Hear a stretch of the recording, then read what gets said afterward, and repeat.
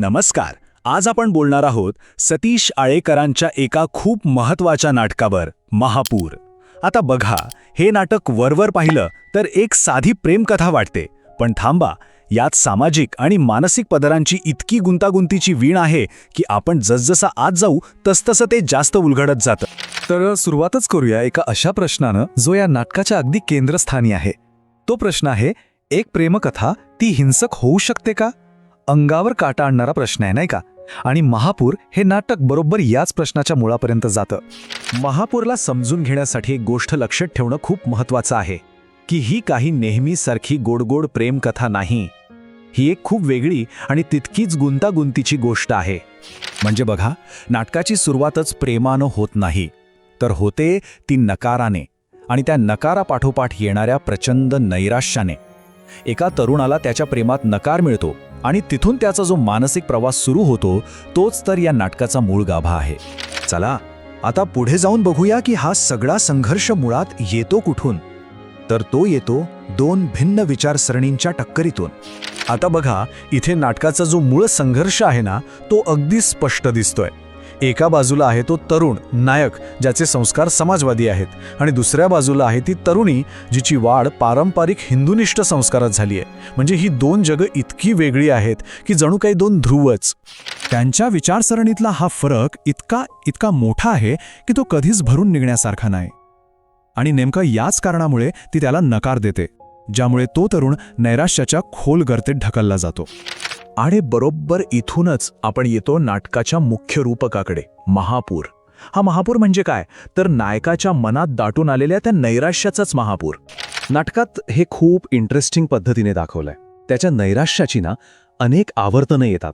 म्हणजे कसं, निराशेची एक लाट येते, जाते, आणि मग थोड्या वेळाने पुन्हा येते, आणि प्रत्येक लाटेसोबत त्याची निराशा, त्याचं वैफल्य वाढतच जातं.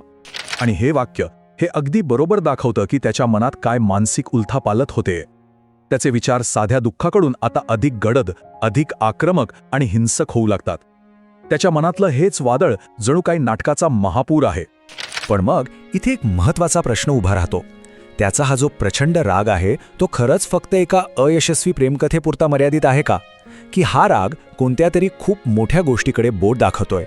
आणि इथेच नाटकाला एक जबरदस्त वळण मिळतं.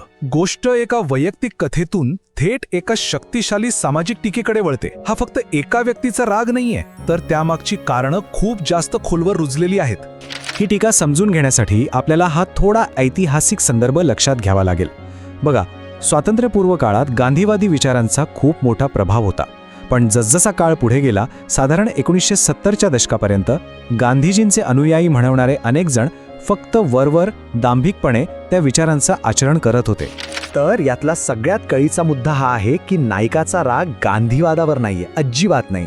त्याचा राग आहे त्याचं पालन करण्याचं ढोंग करणाऱ्या दांभिक लोकांवर. स्वातंत्र्यानंतरच्या पिढीचं जे पोकळ आचरण होतं त्याची तो खिल्ली उडवतो. आणि मग हळूहळू या नायिकाचा जो वैयक्तिक संघर्ष आहे तो अख्ख्या पिढीच्या असंतोषाचा आवाज बनून जातो. आळेकरांनी हे इतक्या कौशल्याने केलंय. त्यांनी एका व्यक्तीच्या मनातल्या त्या मानसिक महापुराला स्वातंत्र्यानंतरच्या संपूर्ण नव्या पिढीच्या सामाजिक असंतोषाशी अगदी घट्ट जोडून टाकलंय.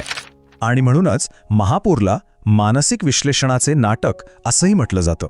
कारण हे एका अशा मनाचे विश्लेषण आहे ज्या मनाच्या आरशात संपूर्ण समाजाचं प्रतिबिंब दिसतं.